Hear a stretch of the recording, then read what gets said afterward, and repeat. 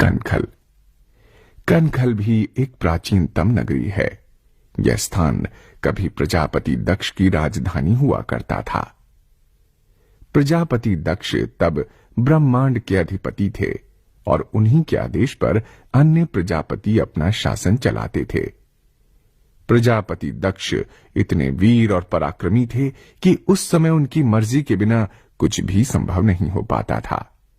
परंतु मान सम्मान, ऐश्वर्य और सत्ता ने उनके स्वभाव में अभिमान का सहर खोल दिया था।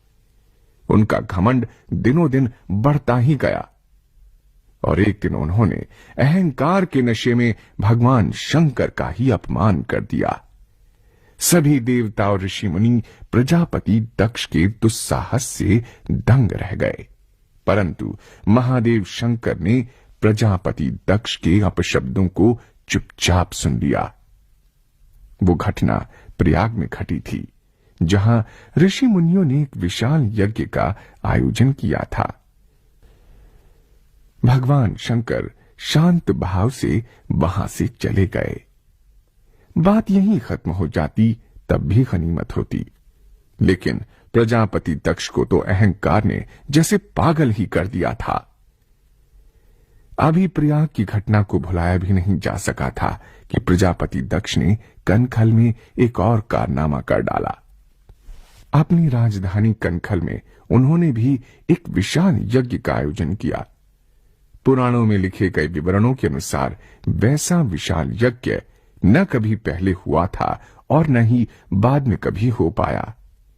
उस यज्ञ में अपने समय के सभी प्रजापति, महर्षि, ऋषि मुनि, देवता, गंधर्व और अन्य महत्वपूर्ण लोगों को आमंत्रित किया गया था। परंतु आश्चर्य, प्रजापति दक्ष ने महादेव शंकर को ही आमंत्रित नहीं किया।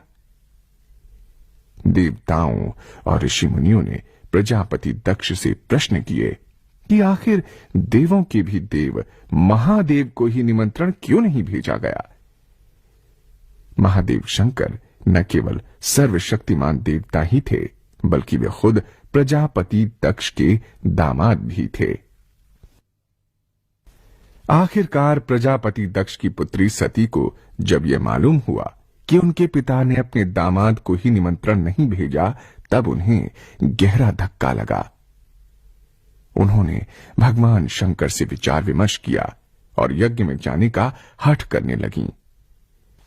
परंतु भगवान शंकर के लाख समझाने के बाद भी जब सती नहीं मानी, तो आखिरकार भगवान शंकर ने उनको इजाजत दे ही दी और सती क्रोध से तमतमाई हुई अपने पिता के यज्ञ में पहुंच गईं।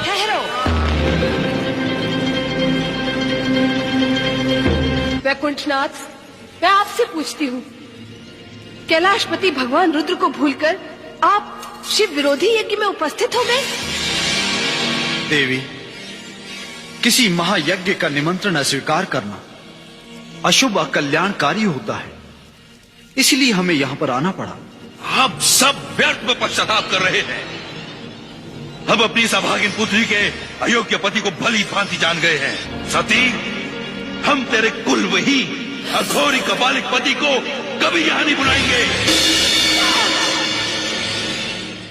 भरी सभा में अपने पति का ऐसा अपमान देखकर सती के दुख की सीमा ही न रही और उन्होंने एक ऐसा कदम उठाने का निश्चय कर लिया जिसकी किसी ने कल्पना भी नहीं की थी। आत्मदाह। देवों के देव और सर्वशक्तिमान भगवान शंकर की अर्धांगिनी की हत्या के अपराधी प्रजापति दक्ष के सर्वनाश की उल्टी गिनती शुरू हो चुकी थी।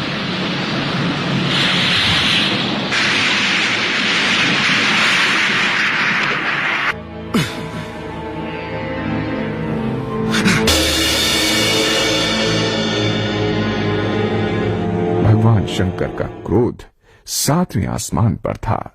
उन्होंने वीरभद्र नामक अपने एक विश्वस्त और पराक्रमी गण को तत्काल उत्पन्न कर दिया और उसे आदेश दिया, प्रजापति दक्ष का सर्वनाश। जाओ वीरभद्र, शिव इच्छा अनुसार अपना कार्य पूर्ण करो। अब वीरभद्र को रोकने की शक्ति यदि इस ब्रह्मांड में किसी के पास थी तो वे थे स्वयं भगवान शंकर या फिर मां दुर्गा। परंतु प्रजापति दक्ष के सर्वनाश का आदेश तो खुद महादेव का ही था। और रही बात मां दुर्गे की, तो वो भी भला सती के हत्यारे की रक्षा करने क्यों आती।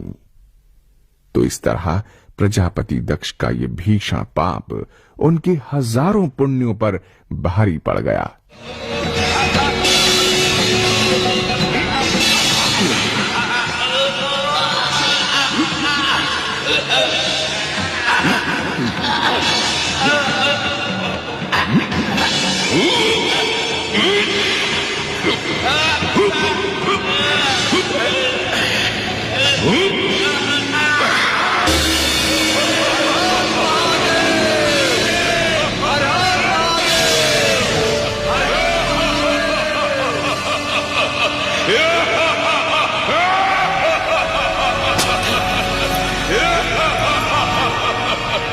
आज भले ही उस घटना को बीते कई युग हो चुके हैं, परंतु कनखल में आज भी कुछ ऐसे स्थान हैं जो हमें उस घटना की याद दिला देते हैं।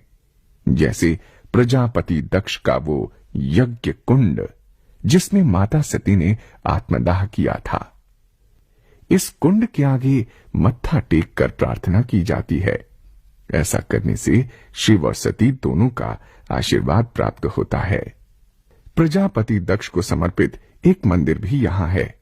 इसे दक्षेश्वर मंदिर कहते हैं। ये मंदिर इसलिए है क्योंकि प्रजापति दक्ष एक महापराक्रमी व्यक्ति थे। भले ही उनके सिर पर सती की हत्या का पाप था, परंतु उसकी सजा उन्हें मिल चुकी थी और बाद में देवी देवताओं के आग्रह पर भगवान शिव ने उनके धड़ पर एक बकरे का सिर लगाकर उनको जीवन दान भी दे दिया था।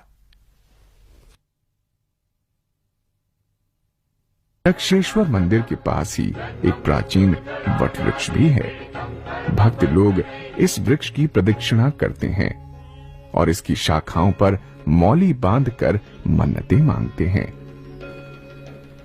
कनखल पंचपुरियों में शामिल है, जहां स्नान की अत्यधिक महिमा बताई गई है। इसका नाम कनखल इसलिए भी पड़ा, ये ऐसी मान्यता है कि यहाँ पर स्नान करने से एक खल यानी एक पाप से अवश्य मुक्ति मिल जाती है। इसलिए ऋषि मुनियों ने इसे कनखल कहा। ओम त्र्यंबकम यजामहे सुगंधिम पुष्टिवर्धनम उर्वारुकमिव बन्धनान् मृत्योर्मुक्षीयमामृतात्। ओम त्र्यंबकम यजामहे सुगंधिं पुष्टिवर्धनम् उर्वारुकमिव